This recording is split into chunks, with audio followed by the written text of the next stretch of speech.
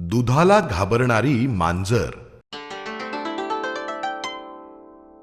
एक दिवस राजा कृष्णदेवरायने काही मांजरी खरेदी केल्या. राणीला त्या मांजरी खूपच आवडल्या आणि तिने आपल्या मंत्र्यांना त्या सर्व मांजरी पाळण्यासाठी दिल्या.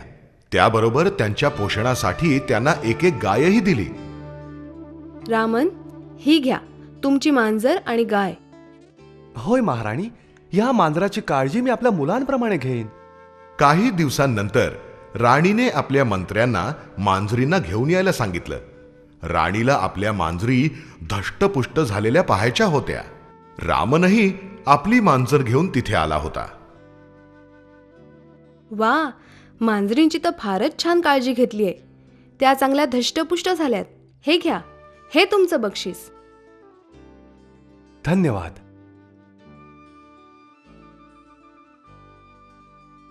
मी तर त्या मांजरीला कधीही दूध पिताना पाहिलं नाही. मग ती एवढी धष्टपुष्ट झाली कशी? मी सुरुवातीलाच मांजरीला उकळतं दूध दिलं. त्या दुधानं तिचं तोंड भाजलं. त्यामुळे नंतर ती दुधाला तोंड लावेन अशी झाली आणि उंदीर पकडून खायला लागली. बघ, त्या मांजरीने घरातल्या उंदरांना मारल्यामुळे आपलं घर उंदीरमुक्त झालं.